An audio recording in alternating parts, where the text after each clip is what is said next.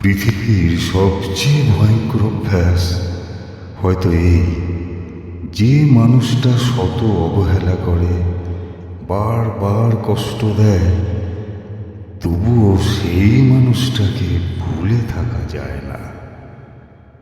মন জানে সে আর আগের মতো নেই, তবুও হৃদয় প্রত্যেক দিন তার ফিরে আসার অপেক্ষা করে নির্বাক।